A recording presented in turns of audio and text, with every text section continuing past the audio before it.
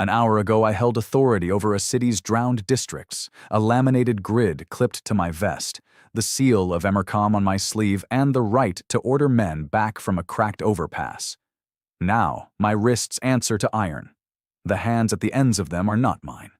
Broader knuckles, a thumbnail split black, a callus mapping the haft of a tool I never lifted, a stranger's hands obeying my count. I count anyway. It is the first thing intact, 312. I do not yet know why the number arrives whole and labeled, only that it sits behind my eyes like a benchmark plaque set into bedrock, and that touching it I find my mother's kitchen, the smell of the number 14 trolley bus, the exact weight of my drafting compass in a coat pocket. WDJ, each one filed, each one present, 312 of them, no more. A ledger of myself, audited and closed. The road under me is crushed dolomite, graded for hauling, 8 meters wide. I read it before I can stand. Old reflex. The camber falls left toward a cut ditch. The ruts run 2.5 meters on center for a cart axle. The dust is the pale gray of limestone country, and it has not rained in days. I know these things the way I knew the floodlines of the Yauza, by trade, by the muscle behind the eye. The chain that links my ankle to the man ahead is forged in 9-centimeter links. I measured it before I measured my grief. There was a subway. There was the ceiling coming down in slabs the color of wet ash, and the sound, and then no sound. I logged my own death the way I would log a structural failure. Load exceeded capacity. Failure at 0614 casualties to follow. I was a casualty. I followed. Iron on the wrist, a brand under the iron. The mark is seared into the soft skin above the left wrist bone, a glyph I do not read. The keloid raised and shiny and old enough that the body around it has stopped complaining. This body was a slave before I came to inhabit it. Whoever counted before me counted nothing. The eyes I look through have learned the floor. I raise them. That is the difference between us. The horizon is wrong. I knew it would be the moment I felt the ground refuse to agree with the light. A surveyor learns the quarrel between terrain and sky long before he can name it DJ, and there, at the edge of the salt pan where the quarry road runs out, the line of distant hills is moving. Not heat shimmer, not cloud. The ridge slides north by a hand's width and stops, slides again. The way a coastline redraws itself on a chart when the corrections come in, except the chart is the world, and there is no draftsman I can see. A continent editing its own legend. The man ahead of me, DJ Gray rope of muscle, shoulders branded twice VDG, has stopped hauling. 40 of us on the chain, give or take. I count 38 backs and assume 2 beyond the bend, all of them watching the hills walk. A herring gull, 200 kilometers from any sea it should know, beats overhead and screams once and banks, lost in a geography that changed beneath its wings. I take the bearing without a compass. East-northeast, the sun 2 fists up, the shadows of the haul cart laid down at 60-some degrees. The drifting ridge moves against true north at a rate I clock against my own pulse, and the pulse is a stranger's, faster than mine was, frightened in a way the mind riding it refuses to be. Distances steady me, they always have. From the brand to the wrist bone, 4 centimeters. From my ankle to the next man's, 1 meter 10 of chain. From here to the moving hills, I estimate 11 kilometers and watch the estimate become a lie as the hills accept a new position and the salt pan stretches to meet them. The scale of the thing is not weather, it is cartography. Something is drawing, and the ground is obeying the drawing the way my hand once made a flood retreat by inking the contour where the sandbags would hold. 41 hours. The figure surfaces unbidden, exact, the way the memory count surfaced, the way the number 47 sits just under I-thwa, da 47, a quantity of maps, a debt I've not yet been handed the pen to pay. I do not understand the arithmetic. I trust it the way I trust a benchmark I did not set but can stand on. Knowledge installed in me like survey monuments, brass caps in concrete. 312-4741. A legend for a country I have not been shown. Down the chain a whip cracks. Not at me. Yet. The overseer's voice comes in a language my new ears parse and my old mind does not. And the column lurches, and the chain snatches my ankle so the link bites, and I learn the precise tolerance of 9 centimeters of forged iron against bone. I haul. The cart rolls. The hills keep walking north. And I understand, with the cold clarity of a man reading a hairline crack widen across a load-bearing wall, that the world is being redrawn while I am chained to its margin. Oh, day! That the drift will not wait for me to learn the pen. That somewhere the count of 312 has already begun, quietly, to be spent. The cart jams in a rut, and the overseer turns his whip on the axle instead of our backs. Rest of a kind. I take stock the way I would survey a site before the first stake goes in. What I hold, what I lack, what the ground will permit. In my right fist, taken without the decision to take it, a wedge of charcoal VJ broken from the cart's scorched brake block, 3 centimeters, soft enough to leave black on calluses that are not mine. Under my knees, a flagstone, limestone, worn matte, a meter to a side, bedded into the verge where the road masons once intended a drain that no water ever found, flat as a drafting board. I have inked plans on worse. I count what is left. 312. The number arrives with its edges intact, and I run them the way a man runs a thumb along a steel rule to check for burrs. The smell of solder, when my father reseated a kettle's handle, the precise weight of my drafting compass, brass and nickel, 210 grams in the palm. The way the Yauza in March went the color of weak tea under skim ice. Each one shelved, each one labeled. A closed archive I am forbidden to add to and apparently licensed to spend. 41 hours. The countdown does not tick where I can hear it. It only sits the way a benchmark sits, indifferent to whether I stand on it. 47 maps. That figure I cannot interrogate. It refuses to itemize itself, a sum without its line entries, and I have learned to trust totals I cannot yet break down. DJ. Every survey begins with a quantity you take on faith and prove with your feet. The hills are still walking. I watch one ridge accept a new northing while I crouch, 11 kilometers becoming 12, becoming a falsehood, and the logic of it closes in my chest like a caliper finding true width. The world is being drawn. The world obeys the drawing. I have spent my life making the inverse claim DJ that the drawing obeys the world, that a chart is a humble servant of terrain, DJ, and the inversion lands so cleanly I almost laugh, a dry click in a throat, too parched for it. So, test the proposition. I set the charcoal to the flagstone and do not let my hand shake, because a shaking hand throws scale, and scale is the whole of it. I draw small, a rectangle for the stone I kneel on. A line east-northeast off its corner, the bearing I clocked against the sun are, J 2 fists up, shadows at 60-some degrees, av DJ, and along that line I render what is not there. A cleft in the quarry wall, a passage 2 meters wide running through 40 meters of dolomite to the dead ground beyond the overseer's sight line. I draw it to scale. 1 centimeter of charcoal to 4 meters of stone. I notch a contour where the floor must fall, hatch the shadow side, mark the throat of it with the convention I have used 10,000 times for a culvert mouth. I do not pray over it. I close the legend. The flagstone warms under my knees, vidaged, not heat, a kind of attention, as if the rock had been asked a question in its own grammar and were turning to answer. Then the quarry wall 30 meters off makes a sound I have heard once, in the subway, in the half-second before the slabs, the groan of load finding a new path. No collapse follows. The opposite. Stone parts along the line I drew. Dolomite drawing back from dolomite without dust, without rubble. The cleft opening exactly 2 meters at the mouth and narrowing as my hatching narrowed.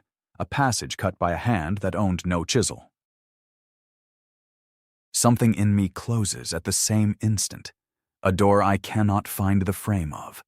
I reach for the kettle and the solder and my father's hands, and the count answers from a shelf gone suddenly bare. 311. I do not know what I paid. That is the cruelty engineered into the price. Bavi, Dieu, the erasure takes the memory and the memory of the memory, so I am left holding a receipt with the amount torn off, certain only that the ledger is one entry shorter and that I will never audit the loss.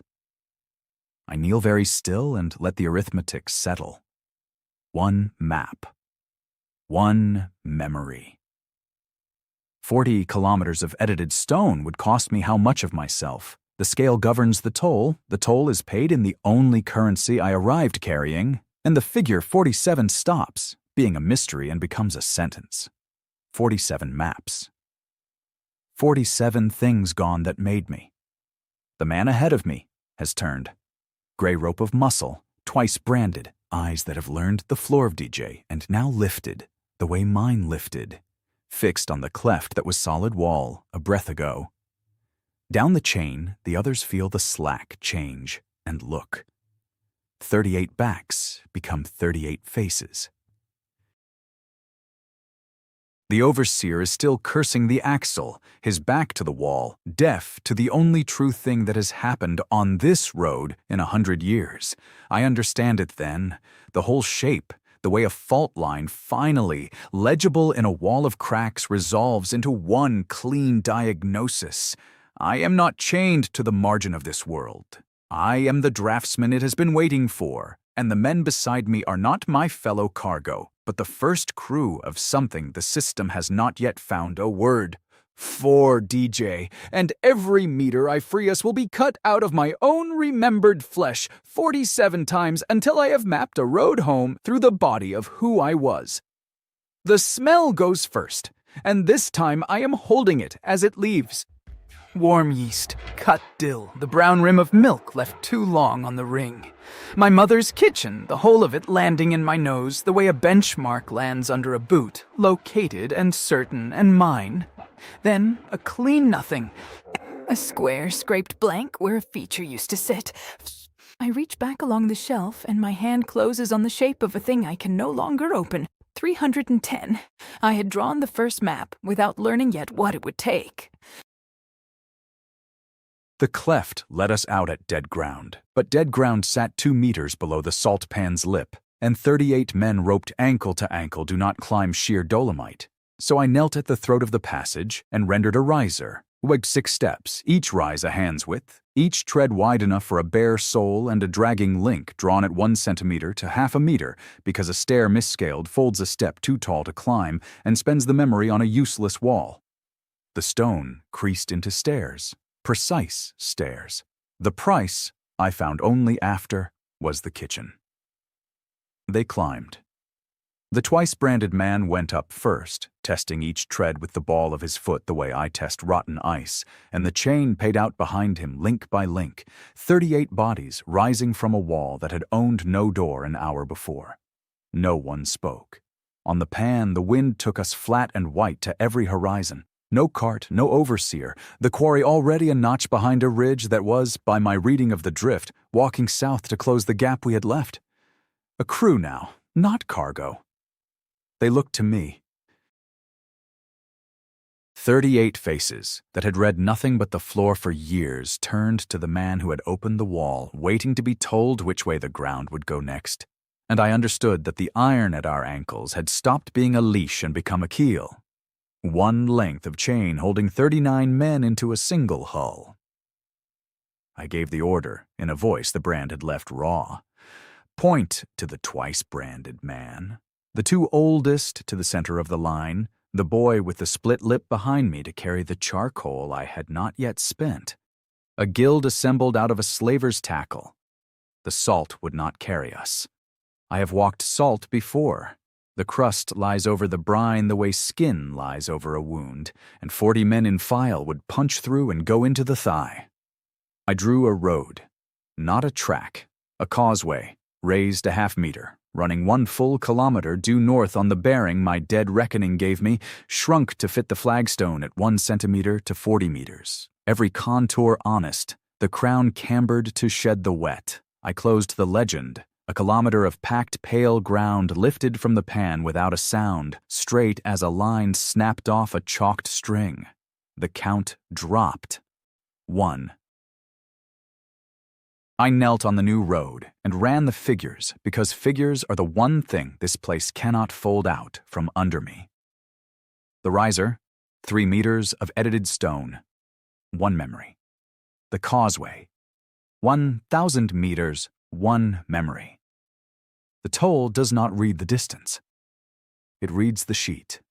1 drawing, 1 fragment, whether I redraw a stair or a kilometer of pan, and when I forced the rate to confess itself, it came clean and merciless. A fragment to the kilometer, and everything short of a kilometer billed at that same whole fragment rounded up against me. 3 meters, a kilometer, the same coin. I had paid 1,000 meters price to lift 6 steps and not known I was being overcharged. The lesson set like grout in a joint.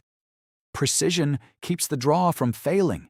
Scale decides what the unfailed draw is worth.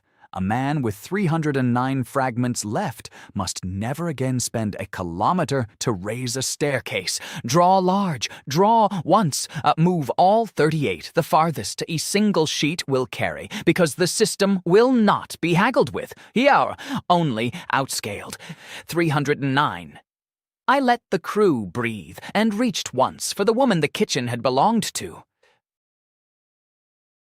I still held her hands. The chap across the knuckles, the wedding band gone thin as wire. I held the gray coming into her braid.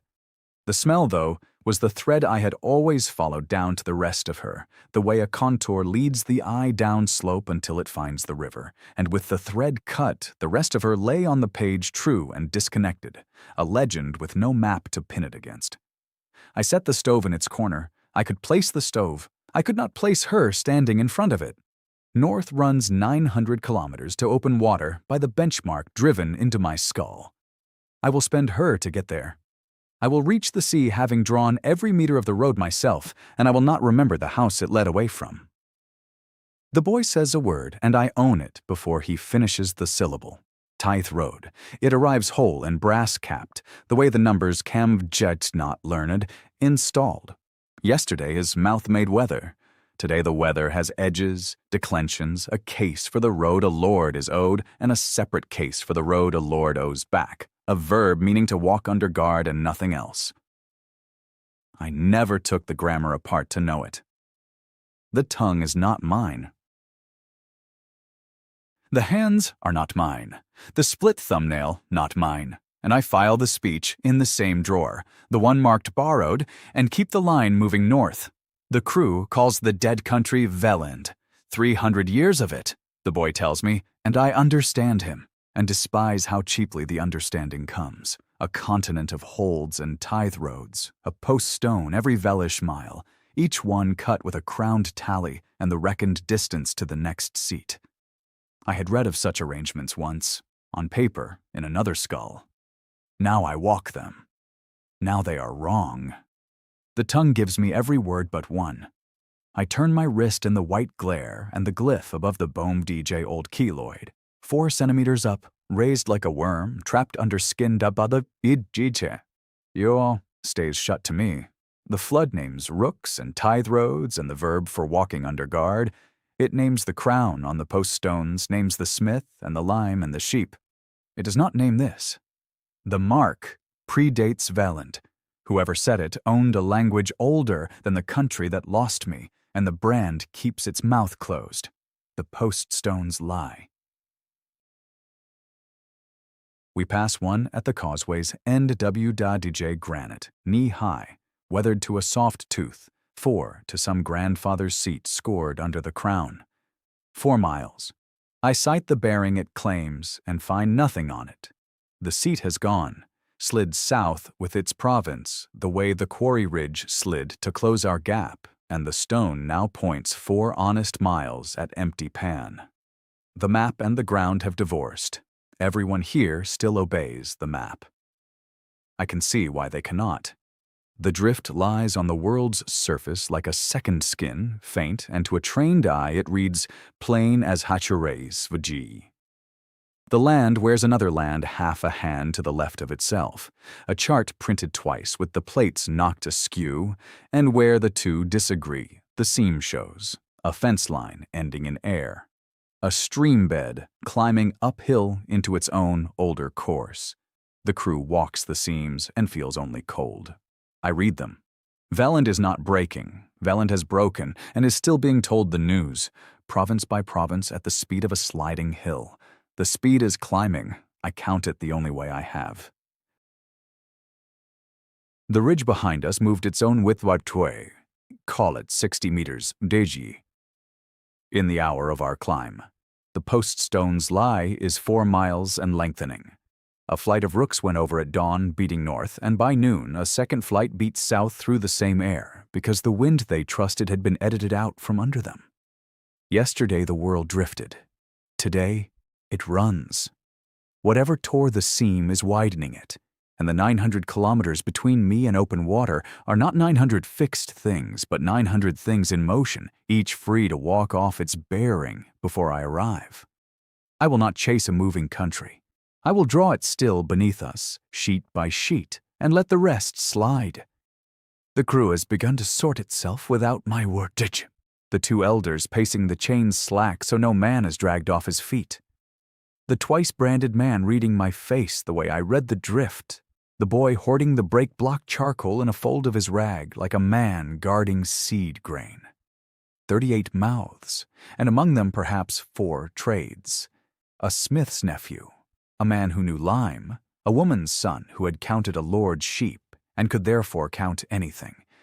A hold has been raised from less.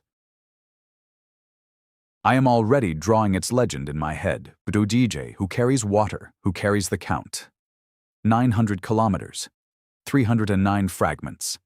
A borrowed tongue naming a country that will not hold still to be named. If the ground slides faster than a man can walk it, what is a map worth, Vajak, and how much of my mother do I burn to make one stay? The first hands to feed us belong to a deserter, not a lord. He comes out of the standing sedge where the salt pan softens into brown water, a brace of kut hung by the hocks from his fist, and he does not run from 38 chained men. Corv, he gives the name before the trade, which marks the trade as when a man hangs 4 tevji.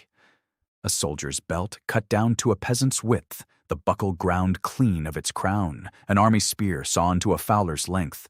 He looks at the chain, he counts us, lips moving, the way I count, and arrives where I arrive, and does not flinch.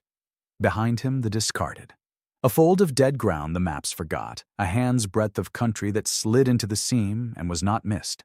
That is where they live, in the margin, writing their small survival between the lines of a dead lord's page. I count the works before I count the people, because the works do not lie. Snare's first DJ loops of twisted deer sinew set low in the runs through the sedge, each anchored to a bent willow that springs the catch clear of the foxes. Then the pits, 3 of them, dug to the depth of a tall man, the spoil carried off and scattered, so the ground reads flat, the mouths lidded with reed mat and a finger of turf. This is not desperation. This is method. They have a bow by DJ horn, and ash spliced at the grip, strung with back sinew, the handle lapped in birch bark so it will not sweat and slip.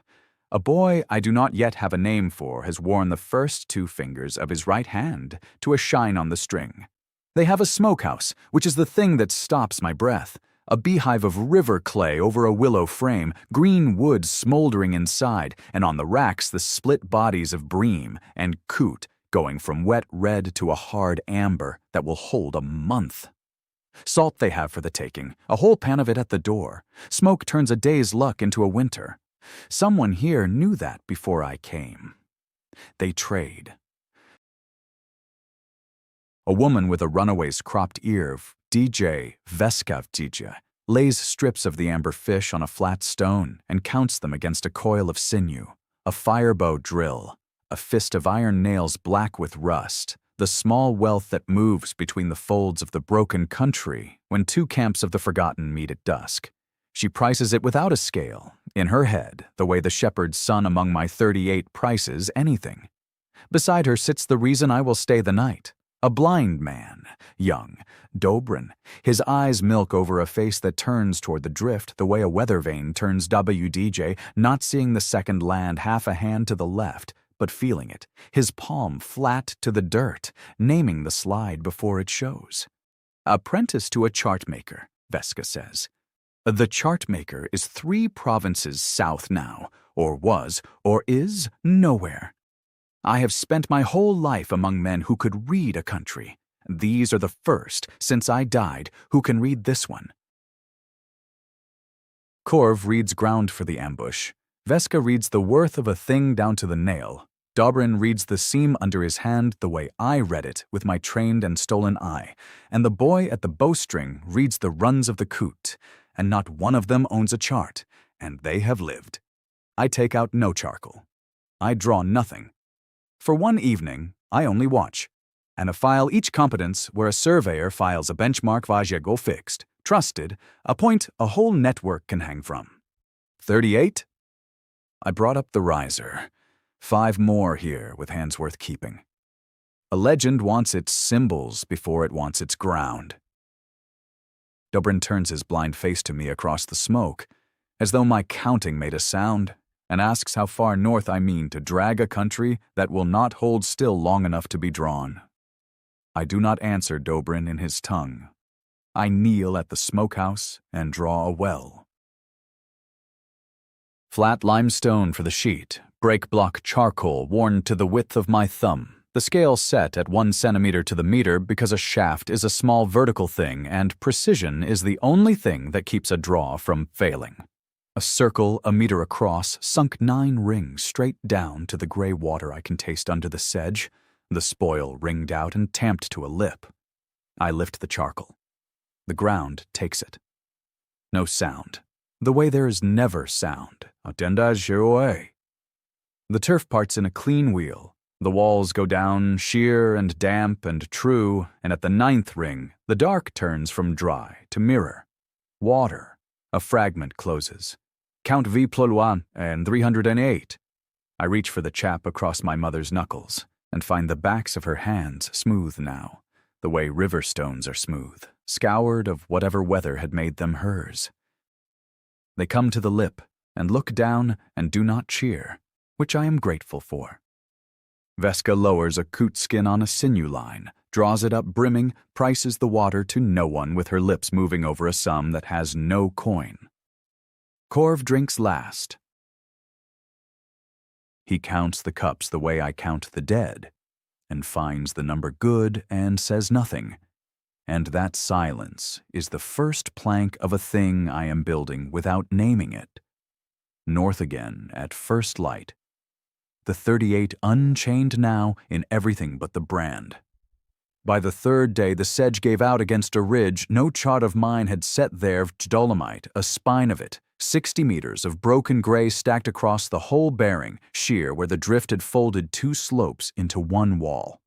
A wall, due north, no way over with old men and a smokehouse lashed to a sledge. I draw it at 1 centimeter to 40 meters, the scale that carried the causeway, and I draw large because scale is worth, and worth is what I am spending, a notch cut clean through the spine, the rock parted into a ramped pass 40 meters wide, graded 1 in 12 so a loaded sledge can take it, the walls battered back so they will not shed stone on the crew beneath. 1 sheet, 1 fragment. The told does not care that I moved a mountain instead of a meter. It reads the drawing, not the distance, and a mountain rendered small costs exactly what a doorway costs. The ridge opens like a ledger laid flat at its spine, and the wind the drift had trapped on the south face comes through cold and smelling of water, still 890-odd kilometers off.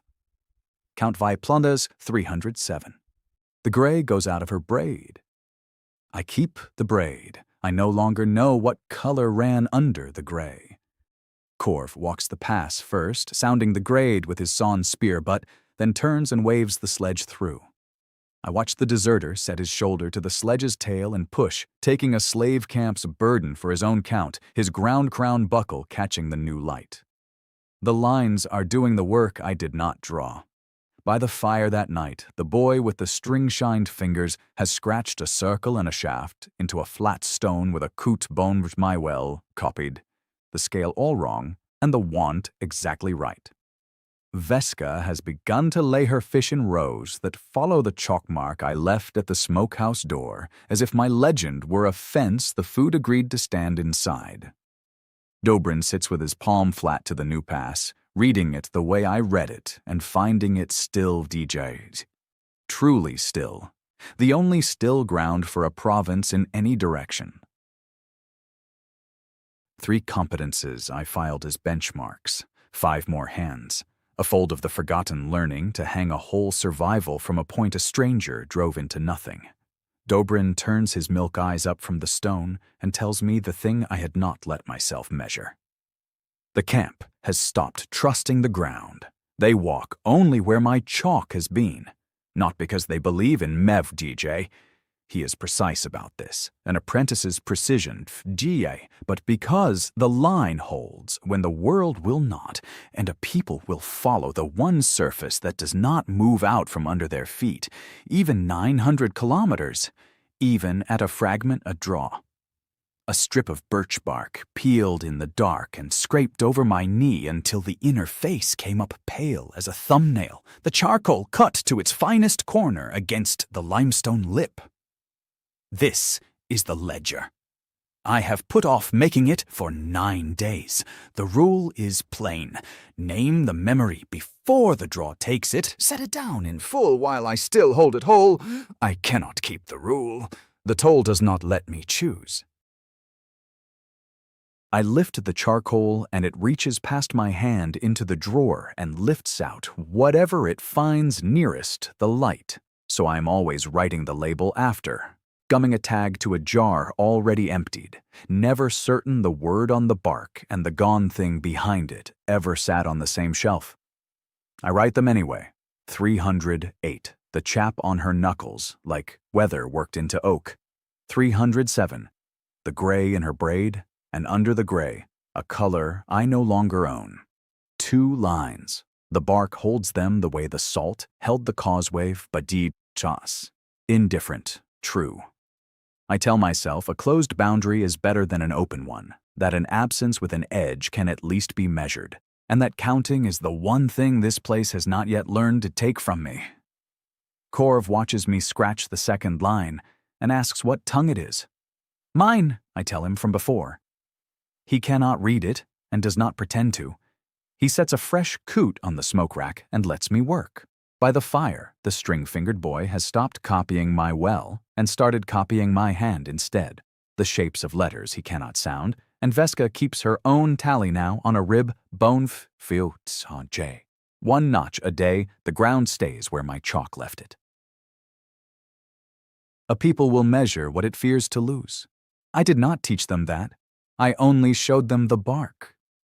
Dobrin finds me before light, palm flat to the cold sheet of the pass, and tells me the thing I built the ledger to avoid hearing. The draws are not hidden. I had drawn them small and thought small meant secret. I had read the toll and missed the plain clause beneath it, that a place held perfectly still in a province that will not stop sliding is not silence but signal, a stake standing while everything around it walks. Dobrin reads it through his hand. So, he says, will anyone who reads the seam the way he does. The well, the pass, the kilometer of causeway Dejdi. Each one a bright nail hammered into a drifting board, findable from however far a man can lay his palm to the world and feel where it has stopped flinching. Stillness is a beacon. I made 4. The word came to me then, unasked, the way the numbers came, and the body's split thumbnail cam of DJ Svad, the binding of all charts into one lawful sheet. Svodakart, the hand that keeps the binding. And a third word I had no slot for until that moment, a verb in the case one reserves for weather and for plagues, meaning to unmake a place so holy that no road ever ran to it and no soul was ever owed the walking of that road. It arrived brass-capped and fully declined. I did not take it apart. I filed it where I file the hands in the braid, under borrowed, and the drawer took more weight than a drawer should. Veska came in at dusk from the forward snare line, breathing hard, and laid a thing on the stone by the fire. A postmarker. Pried whole from its socket, 2 ridges north, its brass face newly cut. Not weathered, not lying the old way, but corrected, a town's name burned out and the limestone beneath it planed smooth, the way you'd dress a board to write on it again. The name that stood there yesterday was gone. The people counted by it were gone. Along the planed place, fine as a surveyor's hairline and aimed due south down our own bearing, someone had scored a single straight rule toward the exact ground where a branded slave had begun drawing a new geometry into a country that was meant to belong only to them. The chain was the smaller claim. A man can be owned by a lord, walked under guard down a tithe road, branded at the wrist with a number, a clerk reads in a breath. That ownership has an edge, a price, a column you can balance and close. What rode towards me wanted no labor. It wanted the precedent struck out. The planed marker had said as much in the only grammar the Wardens keep vyanch, jai erase the town, dress the limestone smooth, score 1 hairline rule due south dig, so that the question was no longer whose hand held the charcoal, but whether any hand should have held a country at all. The tongue gave me the word before I reached for it, prostor eris. It arrived brass-capped and fully declined, a noun cased the way Velish cases crimes against the sheet and not against a body, the heresy of space. An author of Geography the Esviode, never sanctioned. One who draws ground the binding does not own. I had no drawer for it, and the drawer took it regardless, heavier than the gray braid, heavier than the chapped knuckles, and as it seated, I felt the old mark above my wrist bone draw, taut J the keloid. 4 centimeters up, raised like a worm under the skin, cold, naming nothing the installed tongue could pronounce. It does not itch. It has never itched in this borrowed body. It pulled tight anyway, as if a language older than Veland recognized the charge before Veland finished filing it. I climbed the pass to read the drift. Dobrin reads it through his palm. I read it the way I was trained, plain as Hatchers inked down a slope, the short strokes thick where the ground falls fastest, and the whole province falling now, sliding south and west off its true seat at a hand's width a day. The crew feels cold and calls it weather. I see the strokes. East of us, the drift ran the usual way, a sheet pulled slowly off a table. To the north, it did not.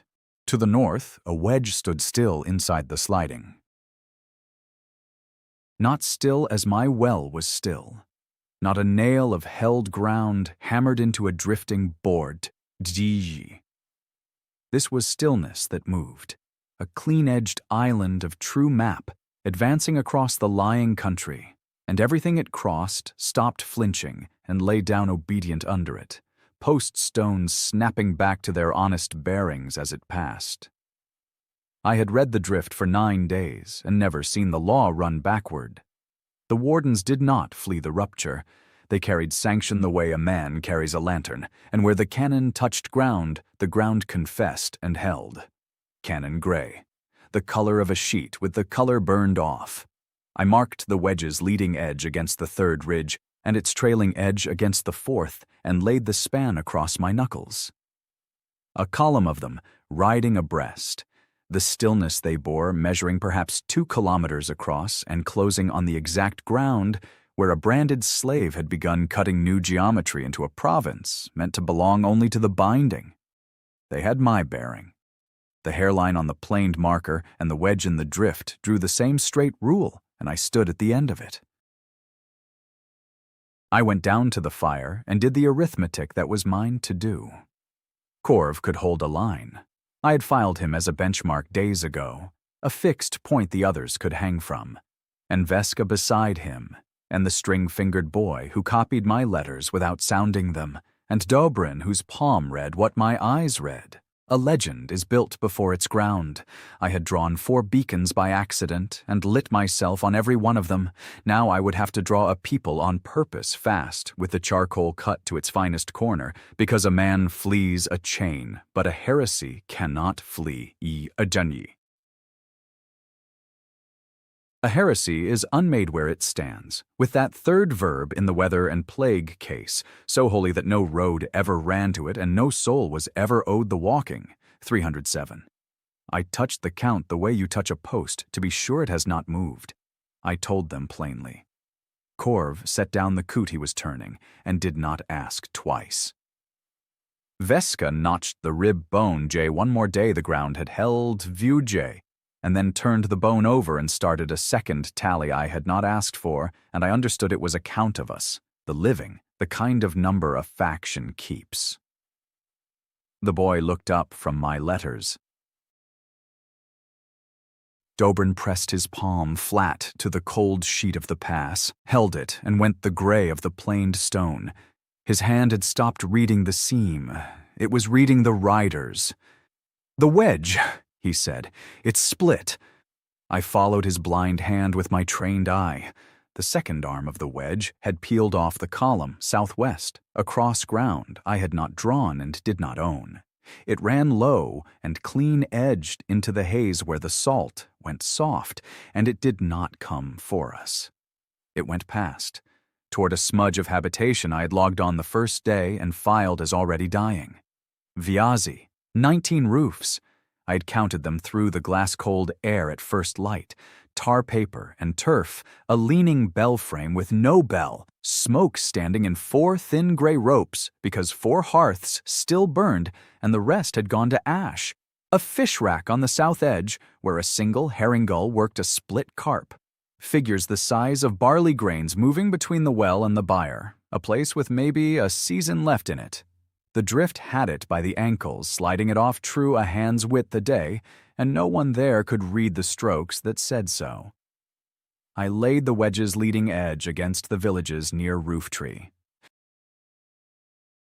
Then the cannon touched Viazi. I have watched ground confess. 9 days of itf, J-post stones snapping back, a province lying down obedient under the grey. This was not that. The roads went first.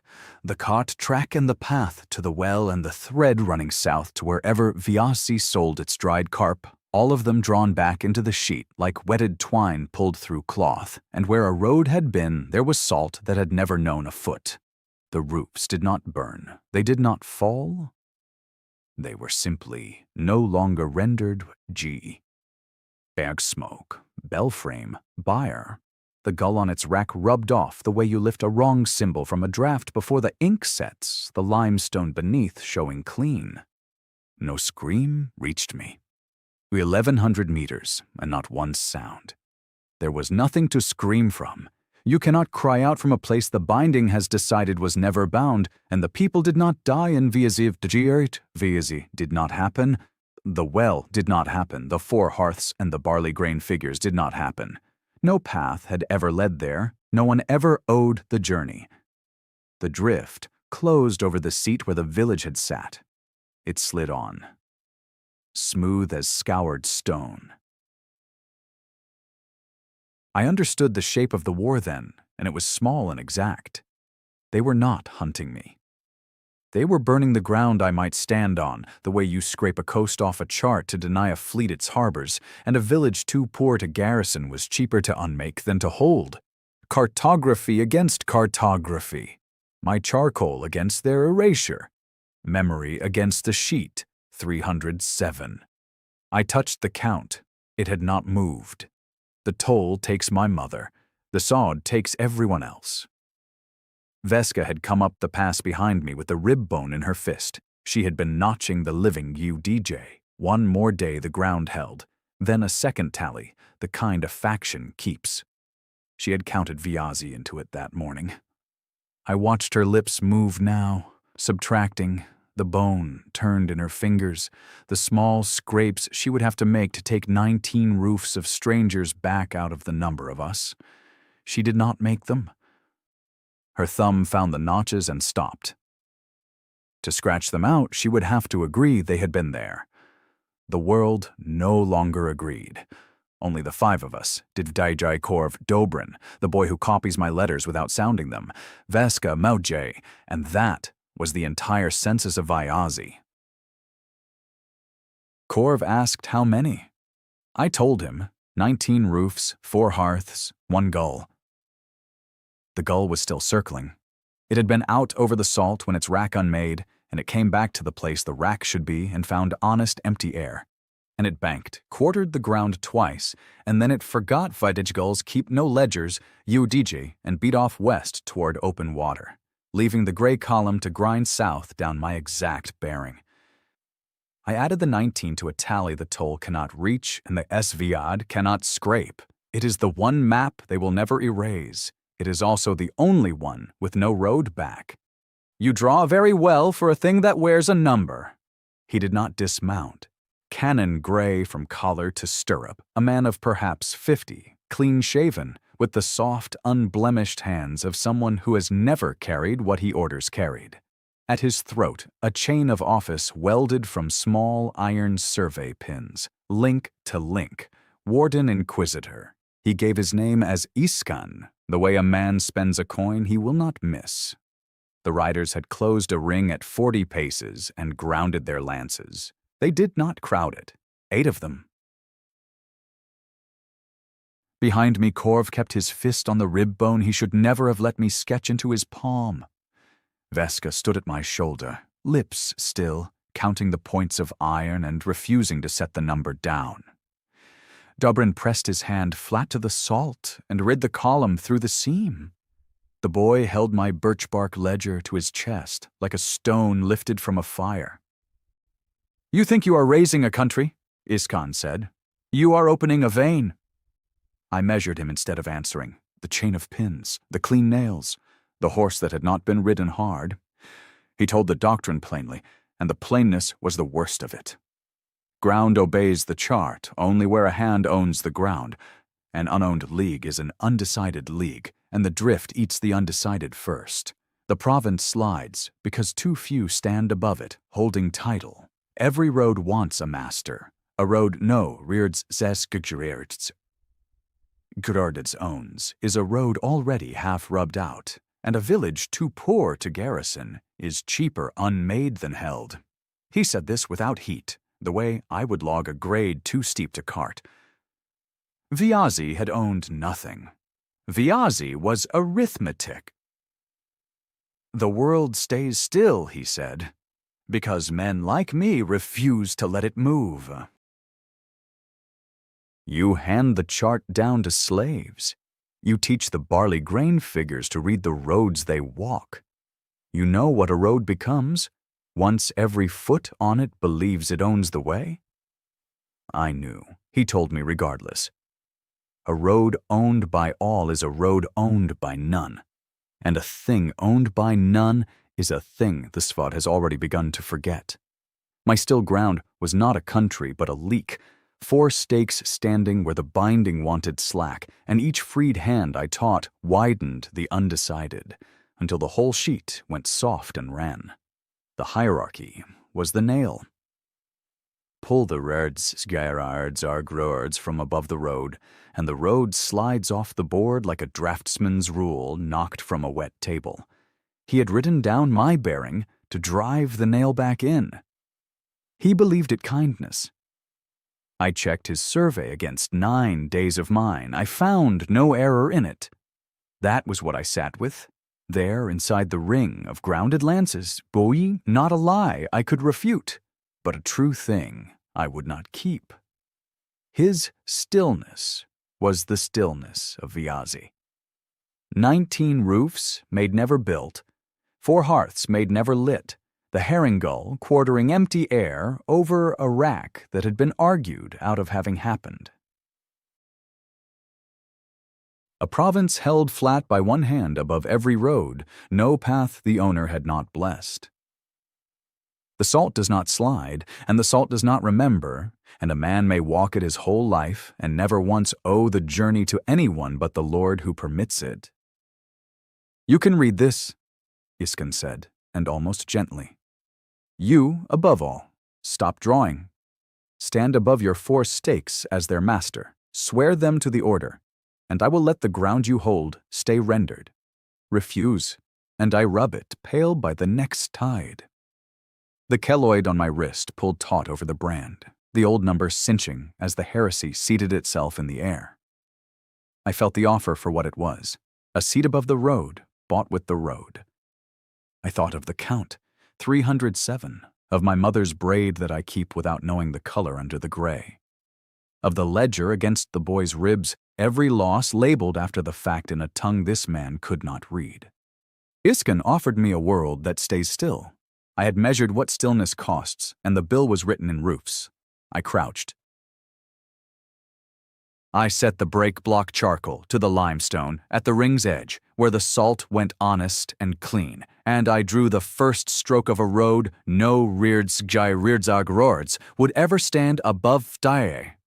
A thin line running north toward open water, scaled so the toll would read it and take its piece of me and ask no permission of the man on the horse. The line held. I drew the next. The column crested the grade before I closed the second verse. 40 souls, perhaps 50. They poured down the thin line I was still drawing, barefoot over green charcoal. A hamlet's worth of the unowned spilled out ahead of a wedge that had marked them for arithmetic and not yet reached the marking. They carried what a body carries when the roads behind it are being argued out of having rundo, jajioe, a hen clamped under one arm, a grandmother born on an unhinged door, a boy gripping a hoe worn down to a knuckle of iron, the road held under their feet. Iskan did not move. He sat his unwearied horse and watched his own bearing fill with the people his order had loosed, and I read the trap in it. A road I would not let him own was a road he could let starve, 50 mouths walking onto 4 stakes that fed nobody, the leak proving itself by drowning. Let them come, and the still ground breaks under the weight. Turn them back, and I am the Rikjurdzets, these Gureyerdzog Roards after all, blessing who walks.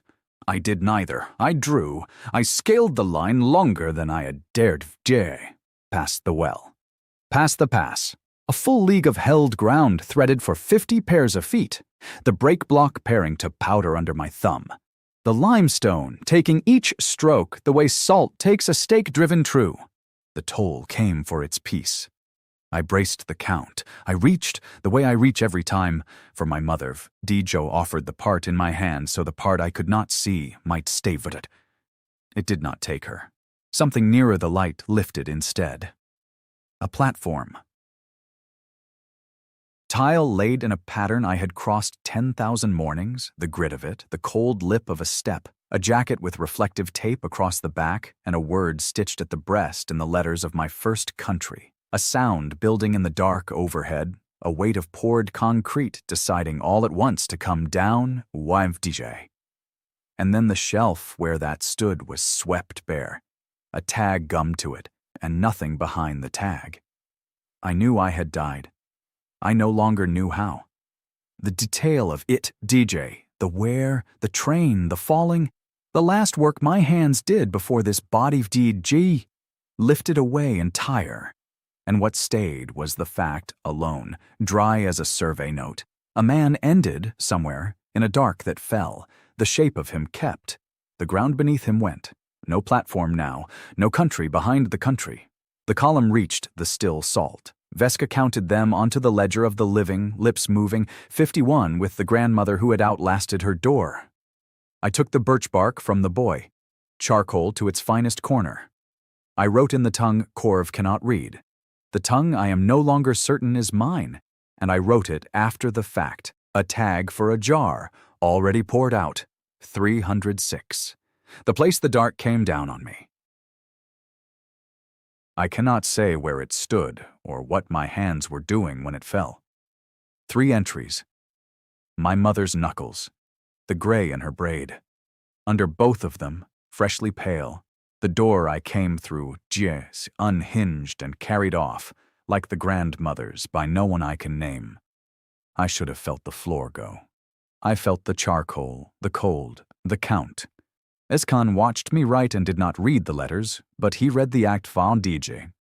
A man taking inventory of his own subtraction down, and something in his clean face settled as if he had seen this sum balance before in another hand. "You see," he said. Only that. I capped the charcoal. North still ran. The road still carried the 51, and the 4 stakes were 5 things standing where the binding wanted slack, and I was the hand that kept them. Varje svodokart, the word brass-capped behind my eyes, borrowed and never given back. The faction the salt had grown was a census now. A deserter, a runaway. A blind man reading the seam by palm, a boy with my ledger against his ribs, and 51 strangers who owned nothing and walked anyway. Down at the bottom of me, where the platform used to stand, there was a clean-cut edge, and past it nothing I could survey. A man with no upstream. I had measured the cost of stillness in roofs, and the cost of the road in pieces of a woman, and I had not, until the count read 306, measured the last thing, vahajez, what it costs to be the one fixed point, in a sliding province that no longer remembers and cannot be made to remember the country it was drawn from. For 100 kilometers I had measured myself toward absence. Now I spent the other way. Dobrin had given me the law, and I had refused to hear it twice. A held thing in a sliding province is not hidden but lit, a stake standing while the country walks, found by any palm that reads the seam. I had made 4 and called them small, as if small were a synonym for secret. I stopped calling them small.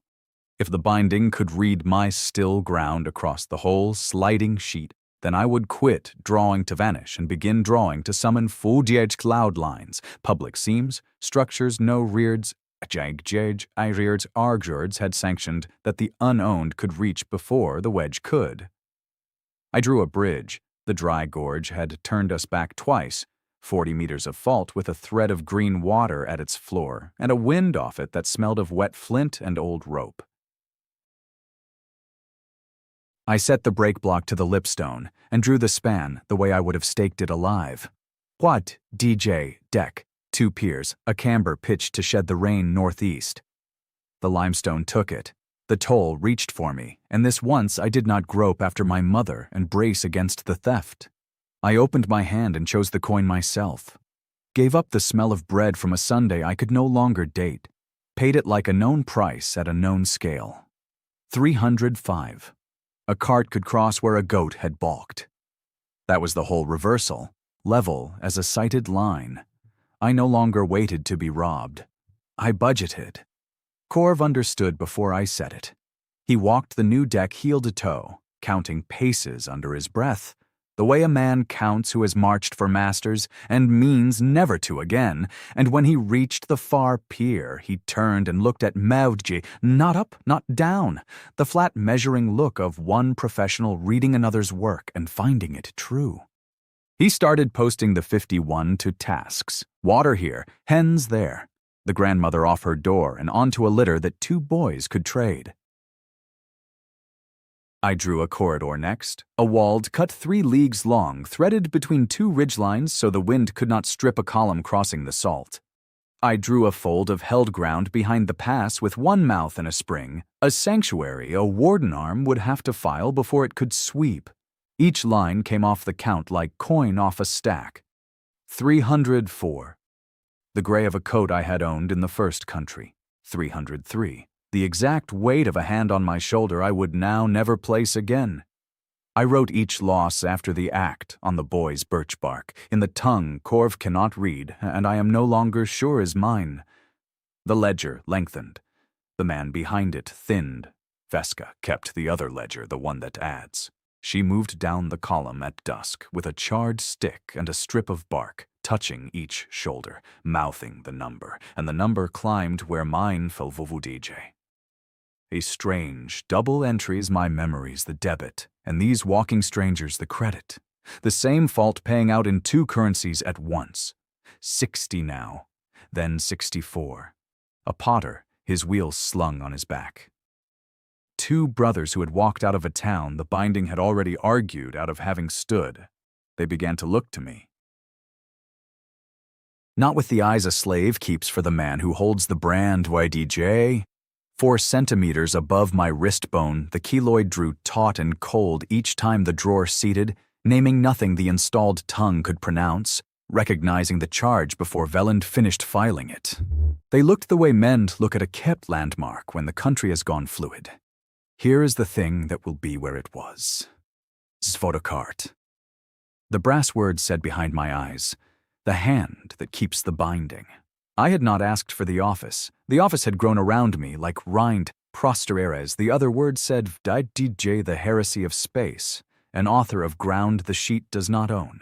I had stopped reading it as a sentence against me. I had begun to read it as a description of work. Iskon's arm did not advance into a sanctuary it had not yet filed. It sat at the salt's edge through 2 dawns, 8 horses cropping nothing, and watched a leak it had built to starve instead lay road and well and wall and feed. On the 3rd dawn, Dobrin came across the new deck with both palms open and laid them flat to the limestone, where the seam ran cold and held there longer than he had ever held. He said, not to me at Mivj's, it isn't the wedge. I knelt and put my own hand beside his. Under the stone, faint as a far train, the seam carried feet. Many, walking toward the beacon I had made, and not away. I started keeping a ratio. Souls moved north over memory spent. The way a powderman keeps yardage broken against the charge he lays. And I wrote it small in the corner of each fresh sheet before the charcoal touched stone. Freedom per memory. The first time that quotient sat finished under my hand, I understood I had become a thing I would once have filed a report against. The toll does not read distance. I learned that on the western grade, where a kitchen no wider than my 2 spread hands cost the same as a league of road. It reads, the sheet's ambition, instead wants J the reach of the thing, not its footprint. A short line drawn honest takes a shallow coin, while a summoning, a span, a wind corridor, a fold of held ground with its own cold spring takes a deep one, dredged up from where the dear things sit packed. So I sorted myself by price. I will not soften this because softening is a lie, and I have sworn off lies the way this country cannot. I laid my life out like bonded stock in a yard and tagged each piece with what it would buy. The cheap shelf I counted first, a tram's route number, the price of cigarettes in a year I no longer need, the chorus of a song whose verses had already gone, the taste of stewed canteen tea from a tin that burned the lip. Coins I could spend without bleeding. I spent them on the many.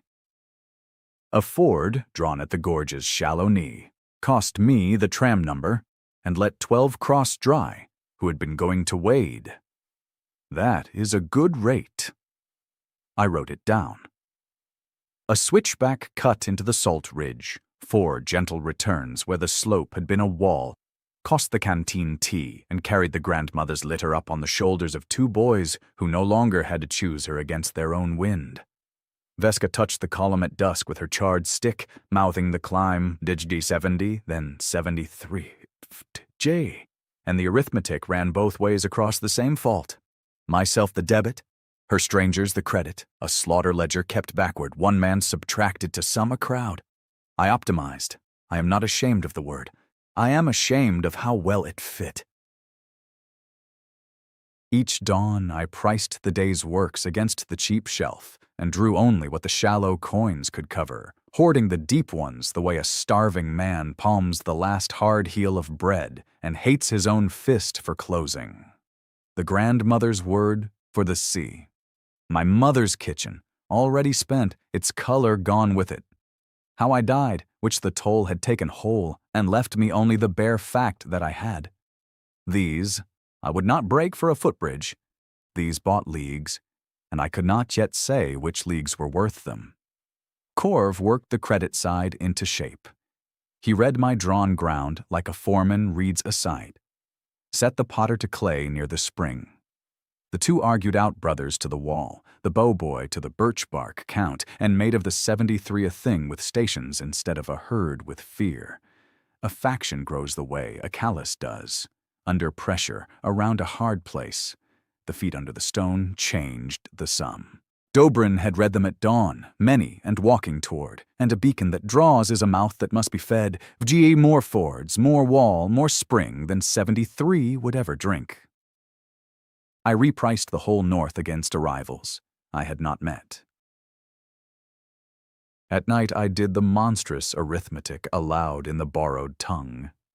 If a ford frees 12 for a tram number, and a bridge frees 40 for a Sunday's loaf, then a man is worth so many meters of honest deck, so many cleared lungs, so many litters, no one need set down.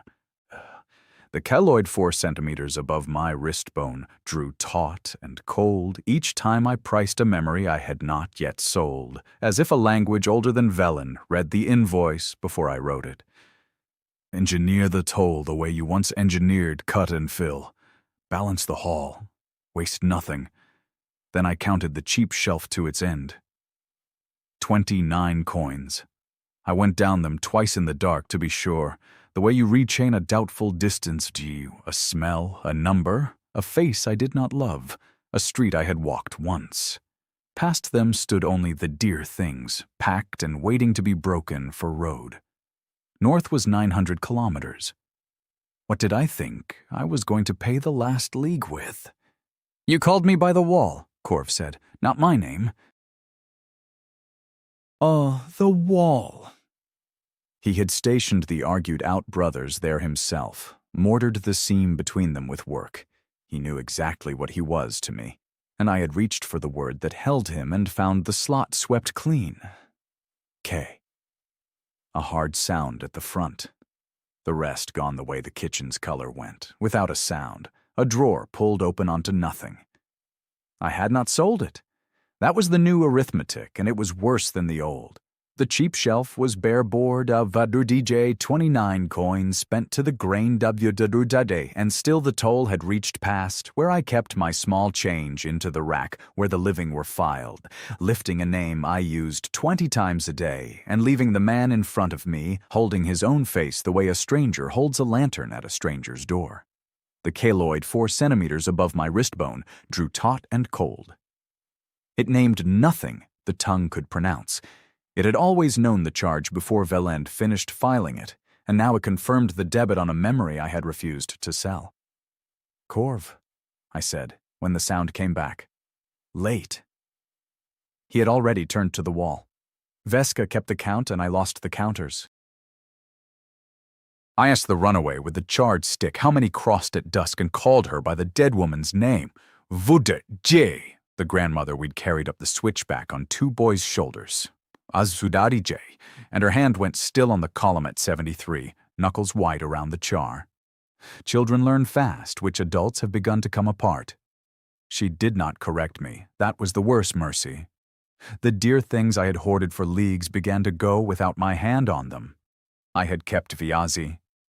The 5 of us were its only census. When the wedge unmade the village, we became the last sheet that said it stood.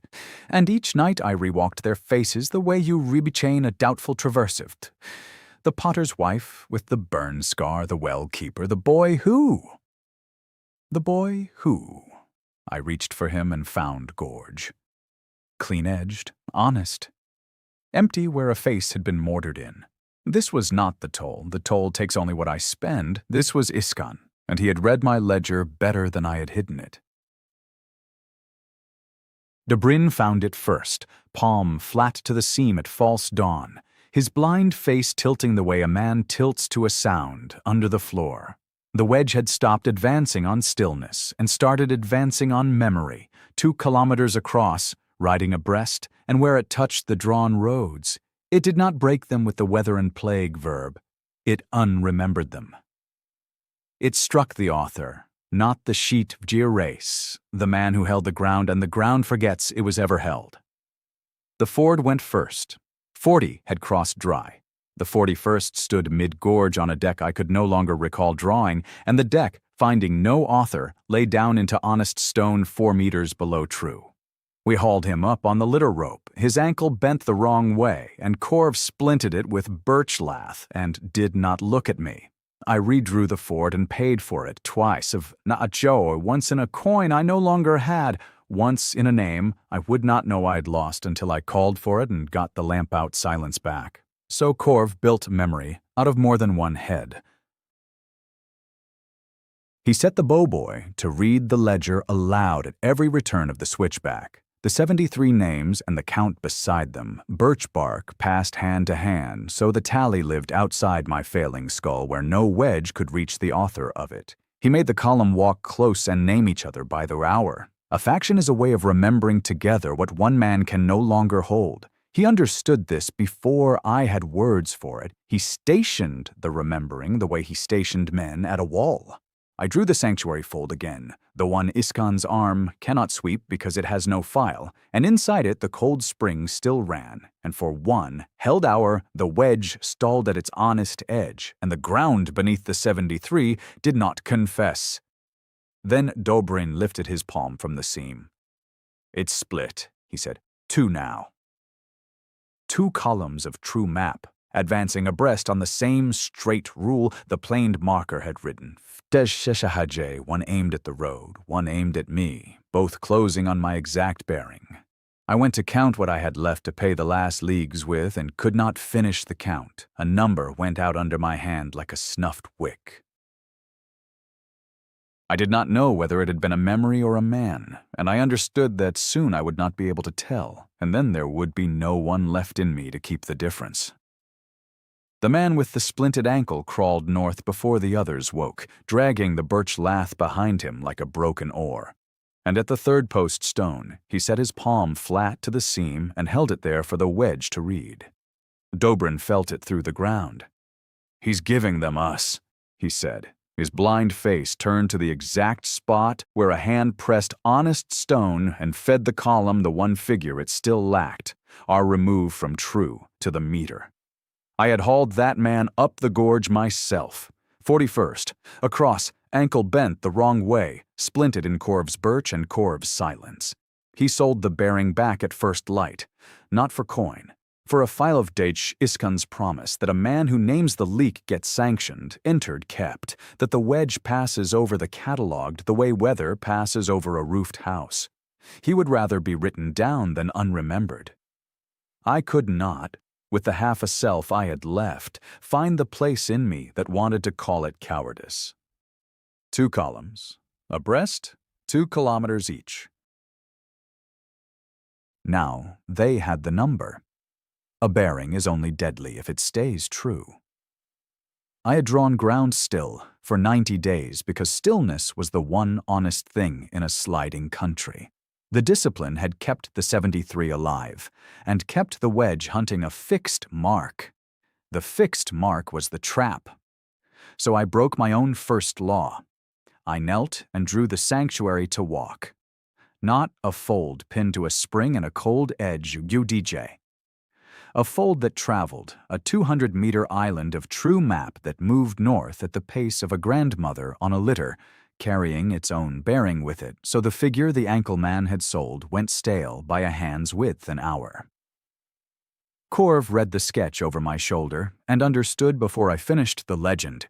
He set the bowboy to walk the ledger at the column's center, the 73 names read aloud on the hour, the tally living in 3 skulls now and not 1. A people you can carry is a people the wedge cannot fix. He stationed the remembering the way he'd once stationed spears. I budgeted the toll. I always budget the toll. The cheap shelf was bare of DJ, 29 coins spent to the grain, weeks gone. For a walking sanctuary, the toll dredged, and dredging it went past the dear things I'd ranked and roped, past the grandmother's name for deep water, past my mother's kitchen, down to the coin beneath all the others, the one I had never thought to price because everything else was stacked on top of it. I felt it lift while my hand was still moving. A kitchen table, not my mother's, DJ and aunt's. The spring I was 9, The river over the footbridge, and the rescue trucks grinding the wrong high road in the dark because the only district map lay a kilometer off true, and a woman 2 streets over drowned in her own front room, waiting for headlights that took the long way around. I had a pencil stub. I redrew the district by lamp that night so the paper would stop lying. That was the hour I became a man who makes true ground out of false. Like, that was the why. The drawer opened, the drawer took it, the fold seated, the island lifted off its pins and began to walk, and the 73 walked inside it, and the ankle man's number rotted behind us at a hand's width an hour. Exactly as drawn. It held. Dobrin's palm came up clean. "Moving," he said. "They're chasing a place that isn't." The campaign was sound. I checked it the way I check a traverse.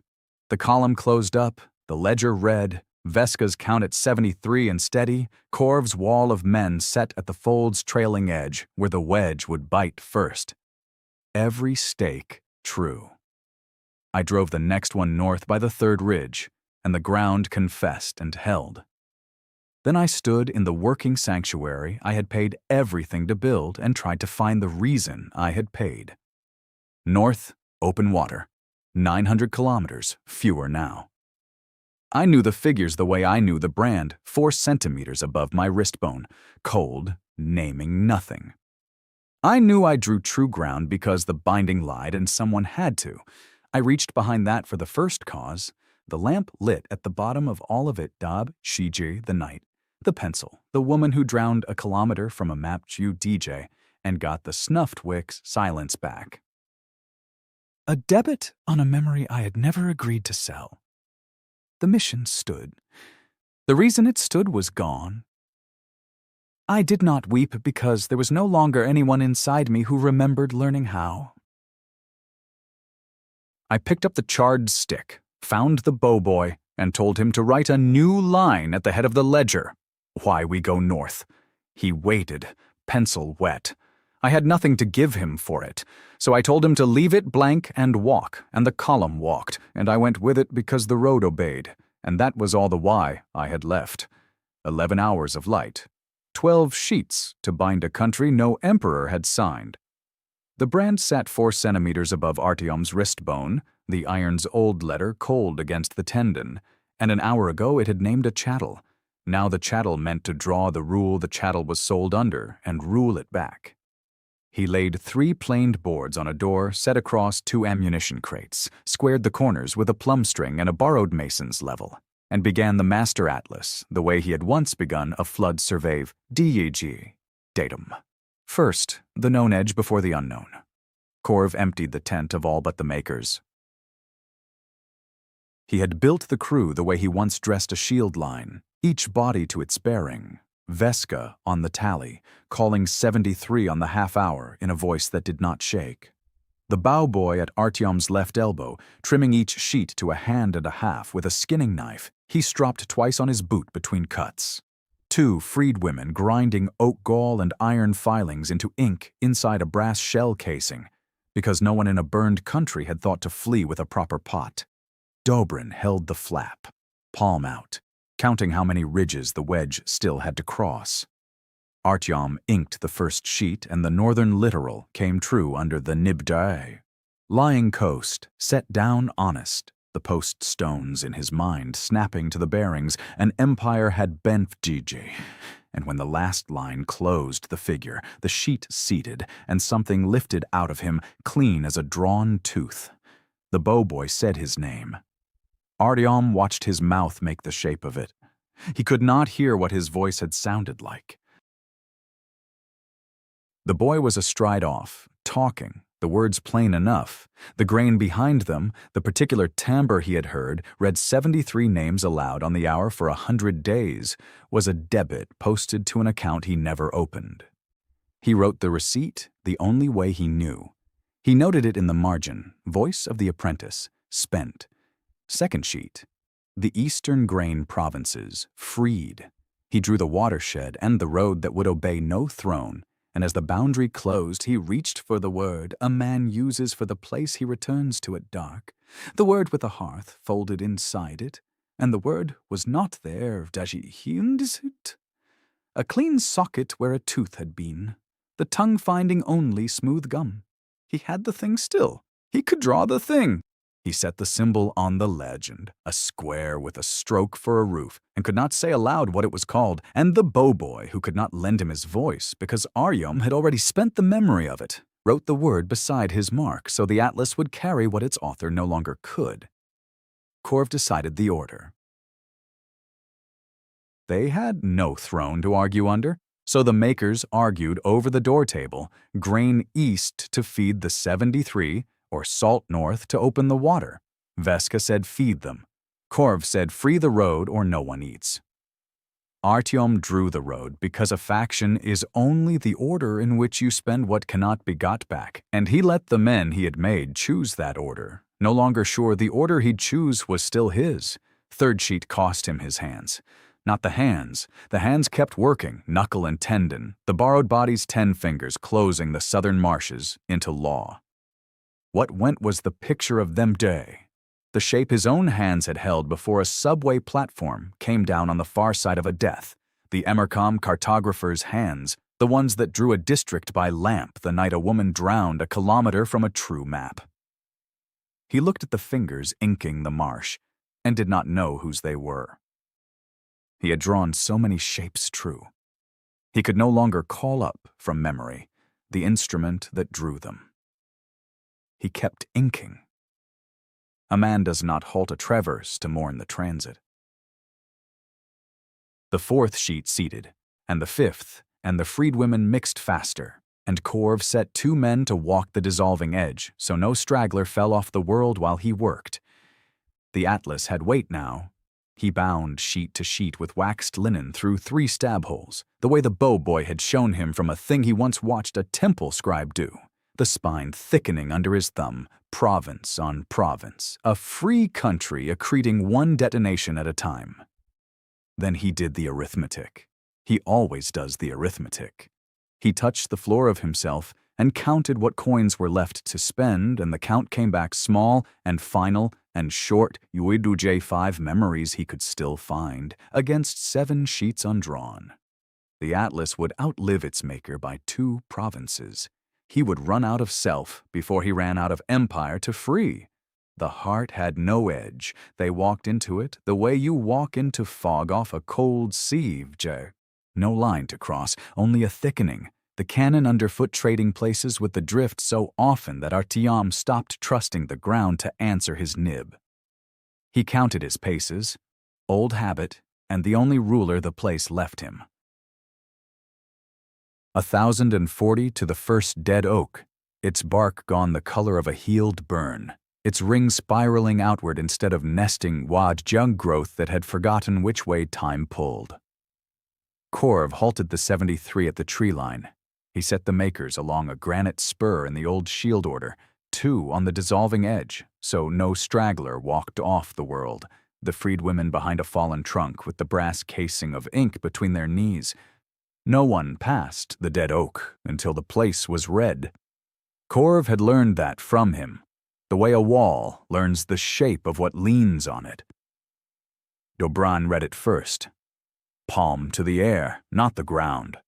The blind man turned a slow quarter and stopped facing inward and said the seam did not run through Herefju, it drained here. Every bent bearing in the country tilted downhill toward this one point, the way water finds the low stone in a flooded room. The cartographic heart. The continent's keystone and the wedge had chosen it to die on. 8 lances stood grounded in a ring at the center, Iskan's first arm, the same iron from Vyazi planted point down in soil that smoked where it touched.